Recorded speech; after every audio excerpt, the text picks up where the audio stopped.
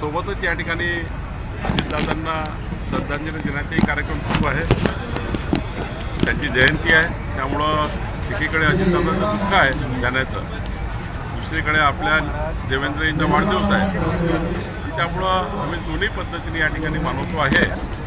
मी संदीप जोशींचं पुन्हा आभार मानतो की त्यांनी एक प्रचंड धार्मिक कार्य या ठिकाणी उभं केलं आणि भगवान नरसिंहाची पूजा करून या ठिकाणी देवेंद्रजींना खूप खूप त्यांच्या मागे पाठीशी राहण्याचा संकल्प त्यांनी केला, हे या ठिकाणी आवर्जून सांगेल। पंतप्रधान नरेंद्र मोदी आणि पंतप्रधान नरेंद्र मोदी आणि शरद पवार यांची दिल्लीमध्ये भेट झाली, नवीन राजकीय समीकरण पुढे देशभर जे आंदोलन सुरू आहे त्या पार्श्वभूमीवर सड़क पे उतर जाते हो और हंगामा करते हो, ये ठीक नहीं है। चर्चा सार्थक होना चाहिए, नियम के तहत पॉजिटिव डिस्कशन होना चाहिए। और सरकार चाहते हैं कि नीट एग्जाम पेपर पे पूरा चर्चा हो करके और उसमें क्या क्या कदम सरकार ने उठाया है ये भी देश के सामने में जाना चाहिए। और नीट के पेपर लीकेज के बाद जो घटनाएं हुए हैं उसका भी ब्यौरा सरकार सदन में देंगे, देश को बताएंगे और क्या क्या कार्रवाई किया है ये भी देशवासियों को जानने का पूरा अधिकार है। अगर हम चर्चा नहीं करेंगे तो देशवासियों को जानकारी कैसे मिलेगा। लेकिन हमारे बात सिर्फ इतना ही है कि किसी नियम के तहत चर्चा करने के लिए स्पीकर साहब के साथ बैठ करके सब पार्टी ये तय करे, सबसे पहले कब चर्चा करना है वो तय करे, सरकार मंजूर है।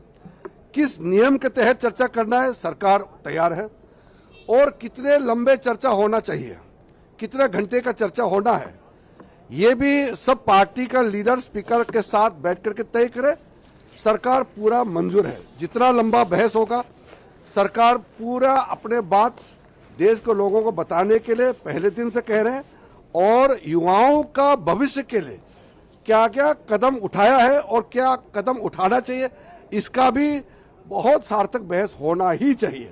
इसलिए मैं फिर से आग्रह करता हूं कि सरकार की तरफ से औपचारिक हमने फिर से कह दिया है कि हम चर्चा के लिए तैयार है, तो समय तय करें और पार्लियामेंट का समय को बर्बाद नहीं करके सबसे इस वक्त जो मुद्दा सारे पार्टी चाहते हैं नीट एग्जाम पेपर लीक को, यही मुद्दा सबसे पहले चर्चा हो, हम ये चाहते हैं। इसलिए अभी समय विलंब नहीं करके जो ऑफर किया है सरकार ने स्पीकर महोदय के साथ बैठ करके तिथि समय और नियम तय करे और बहस जितना जल्दी हो सके शुरू करना चाहिए। We have from the day one informed our opposition leaders and also informed the Honorable Speaker and the Chairman of the Rajya Sabha that the government is ready for discussion, but we have to decide under which rule and the date and the duration of the discussion. This has to be decided. We can't just put any important matter under discussion for just the sake of discussion. We have to have discussion under certain rules, and we want very detailed discussion. And NEET exam paper leakage is a very serious issue for the youth of the nation, for the country, and the steps taken by the government must be known to the people of the country. And we have from the day one told our colleagues, the opposition parties, that please give suggestion under which rule and to what extent.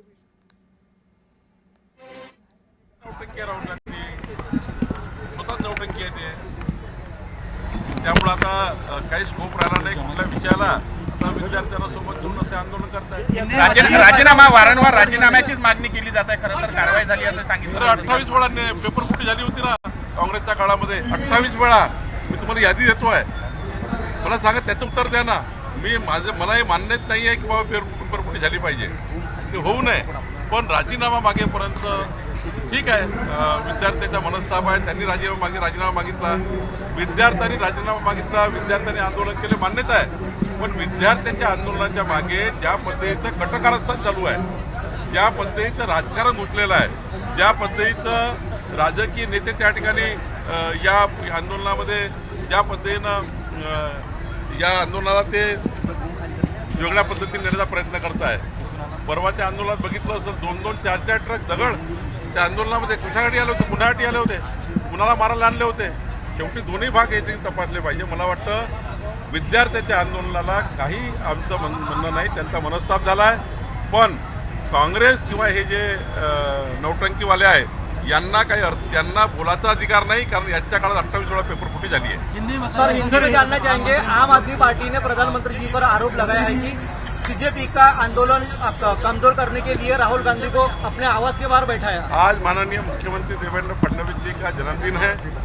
हमारे संदीप जोशी जी ने एक बहुत बड़ा महायज्ञ भगवान नरसिंह जी की पूजा करके यहाँ पे किया है. आज हर श्रद्धालु यहाँ पे आया हुआ. त्यामुळे मनोज जरांगे पाटील यांनी अभिजित दिपकेंची भेट घेतली. काहीही झालं तरी जंतर मंतर मैदान आपली मागणी होईपर्यंत सोडू नका, शांततेच्या आंदोलनाला माझा पूर्ण पाठिंबा असल्याचं यावेळी मनोज जरांगे पाटील यांनी म्हटलेलं आहे. त्यामुळे एकंदरीतच आता या आंदोलनाची दखल नेमकं सरकार कशा पद्धतीने घेतं, अभिजित दिपके यांची पुढची भूमिका नेमकी काय असते हे पाहणं अतिशय महत्त्वाचं ठरणार आहे.